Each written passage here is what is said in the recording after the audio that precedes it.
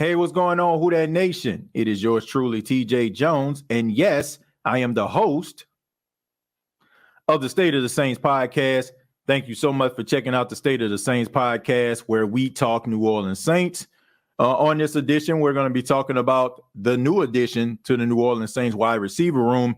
And we're also going to be talking about the press conference that took place in Arizona that involved head coach Dennis Allen. But thank you so much for tuning in, no matter where you are, wherever you may be. Really do appreciate you allowing the State of the Saints podcast to be a part of your listening and viewing pleasure. But let's go ahead and talk a little bit about the new addition to the Saints wide receiver room, and I'm referring to wide receiver Bryan Edwards. Bryan Edwards came into the league in 2020 out of the University of South Carolina. He was a third-round pick of the Raiders. He played a couple of years there. He moved around the league. The last stop that he had was against the Saints' rivals, which is the Atlanta Falcons. But now he finds his way on to the New Orleans Saints team. And, Saints fans have been making jokes and stuff like that about, about the Saints acquiring all of these former Oakland/Las Vegas Raiders. But these guys are really talented, and Bryan Edwards is one of them. Bryan Edwards, 6'3", 215 pounds, is a possession guy. He can go up and get those contested catches, and, he has a really good catch radius. He's a very disciplined route runner, and I think he's a good addition to the team. I also look at his size and his height, and you can't help but to notice that there's a similarity between him and Michael Thomas. Now, I'm not insinuating that he is Michael Thomas, but the height and the weight is kind of like, wow, you know what I'm saying? Like, what a coincidence here. But I just think that this is something that the New Orleans Saints are doing to use almost like as an insurance policy, because the reality is we all love Michael Thomas. He's an incredible wide receiver. When he plays, he is one of the best in all of the NFL. But for the last 2.5 years, Michael Thomas has not been able to be healthy. And he still isn't healthy, according to Dennis Allen, which I will get to in a minute. So you have to be able to, dot your I's and cross your T's. And you cannot just, sit back and just hope and pray and wish that Michael Thomas stays 100% or he can be able to play an entire season. And that's not a knock on Michael Thomas. I mean, anybody would do that, right? You have to be able to prepare yourself for the worst. Even if the worst does not happen, you want to make sure that you stay prepared. And the Saints went out and they got Bryan Edwards, a guy that can do a lot of really good things. To me, very, very underrated.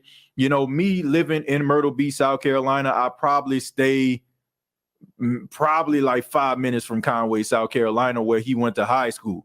And you have people around this area that really respect Bryan Edwards. His father, I had opportunity to work alongside him for a short period of time. I actually worked at a local hospital out here, and his dad used to speak very highly of him.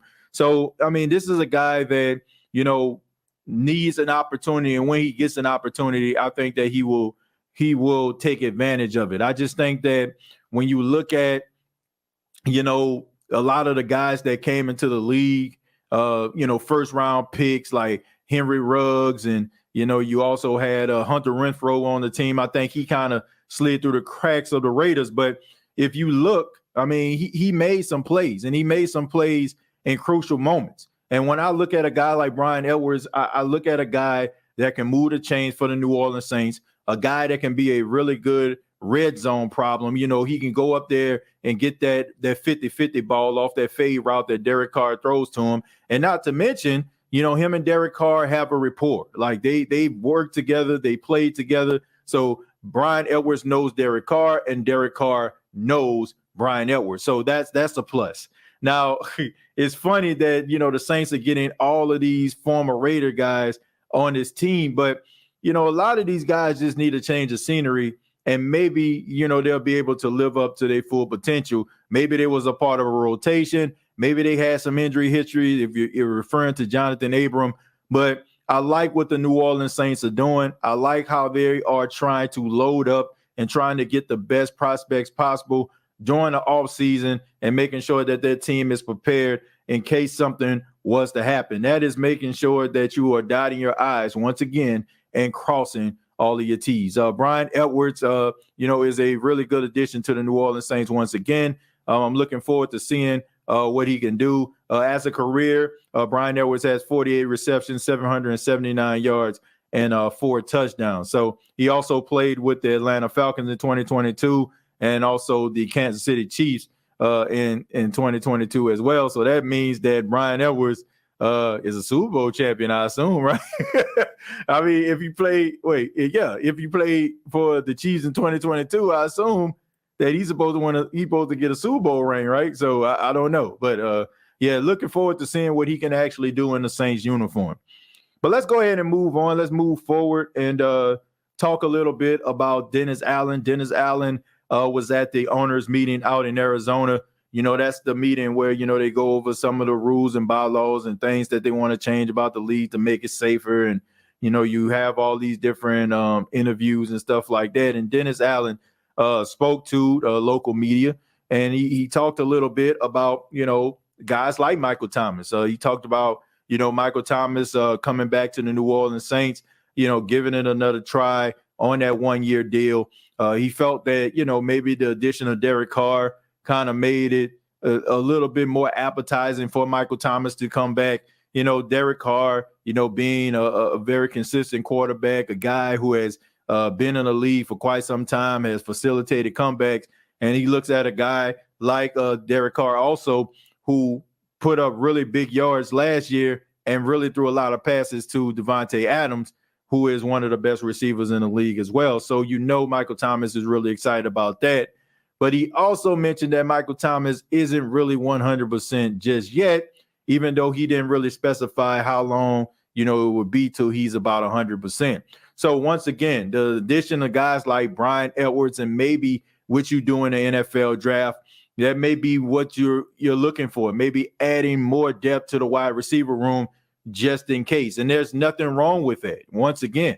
But, we're looking forward to seeing Michael Thomas being healthy. Hopefully, it isn't anything that's, going to be lingering on to like training camp and all that kind of stuff. So hopefully, these things will get back.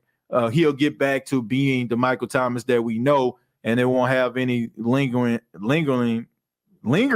There we go. Lingering ailments for Michael Thomas. Right. So let's just make sure that make sure that he's 100% on that. He also talked about Jameis Winston. He talked about how Jameis Winston came back to the New Orleans Saints. He talked about, what they offered Jameis Winston, and Jameis Winston, being a really good sport about, understanding that the Saints wanted to go in a different direction, but he also decided to come back. And he also, just addressed the fact that how much respect that he has for Jameis Winston. There was no animosity towards him between him and Jameis Winston last season when that whole Andy Dalton situation came out and, Jameis got benched and all that kind of stuff. There was no animosity. And I think you have to believe that, because if there was some real true animosity between Dennis Allen and Jameis Winston, then guess what? I don't think that Jameis Winston would have been a part of the New Orleans Saints team. I think he would have went on, even if he was to become a backup somewhere else, he would have went to another team. So that was extremely important.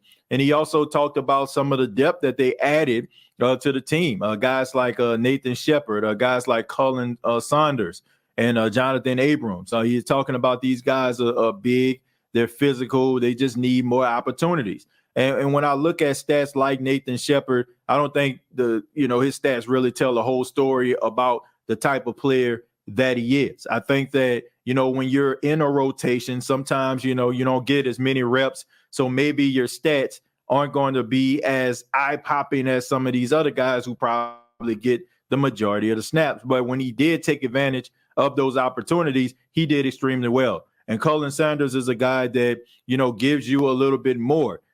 Dennis Allen talked about he's a little bit more of a better athlete than that of a Shy Tuttle. If I'm Shy Tuttle, I'm probably looking at that as a knock, but I don't think he meant it that way. I think he's referring just to the fact of the athleticism of Saunders. But you add in these two guys, and he also said that they're not done. They're trying to make sure that they have the most formidable team, the real deal, the deep depth team that can actually go all the way. And he also talked about, the Saints being a stable franchise. This is a stable franchise, that a lot of guys want to play for. And then you also have to, you got to agree with that, right? I mean, Dennis Allen has been doing a really good job selling the New Orleans Saints. Me personally, I think that he's been doing a much better job than some of the practices in the past. But, you have to give him credit for that. But also, he is really selling the Saints as a really good organization, which they have been. Like, you don't really hear nobody talking about how much they hate the Saints organization. They always talk about how much of a class act they are. We even heard, like, back in the day, Janoris Jenkins was on a podcast talking about the Saints were the best organization that he ever played for. He played for the Rams, he played for the Giants, and he went to the Saints, and he felt that they were the best organization that he ever played for. And that wasn't just lip service, because he no longer was with the team. So he really didn't have to sit up here and just fall in line or toe the line. So people want to play for the New Orleans Saints, but they also want to feel like they have a chance of winning. And Derek Carr is a guy that makes the Saints a little bit more appealing. Now, you may not like Derek Carr. Some of you may be skeptical about Derek Carr, but one thing you can say that the guy is convincing individuals that the Saints can do something with him as the quarterback. And Dennis Allen, I have to admit, it seems to me like this press conference, it really seems like he's more confident in himself. You can really tell, like, he feels like this is his team. Like, I feel like last year, maybe it was just the fact that it was kind of like plug and play. Wasn't so much of his guys. It was more like, okay, we're going to keep the same guys that Sean Payton brought in, and we're going to make you the coach. It's almost like, the whole substitute teacher thing. Now it feels like this is Dennis Allen's team. You can tell by the way that he's talking about some of these players. You can tell by, like, some of the things that he's saying to the media. It really feels like he's more comfortable as a coach because he has his guys. He's appointed a lot of the coaches on his staff. He's brought in a lot of these players that are going to be playing for the Saints in 2023.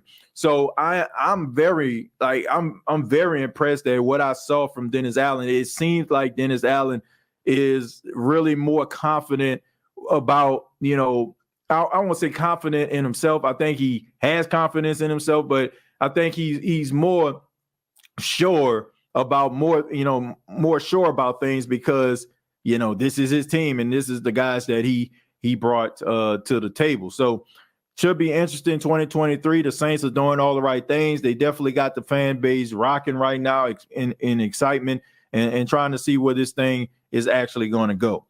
Before I go, I want to read one of the questions that was given by a Saints fan. Shouts out to Chemo.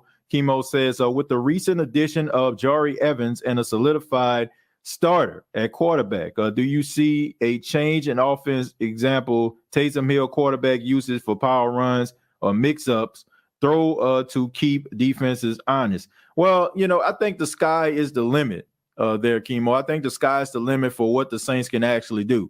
I do feel like the Saints need to open up the playbook just a little bit more. I think that you have more resources. I think you have better talent at the wide receiver position. You got younger guys that are going into their second year, a little bit more familiar with the playbook, a better understanding of the offensive philosophies. So I think that you definitely need to open up the playbook. As far as Jari Evans is one of my favorite people. He came on the State of the Saints podcast, really nice guy.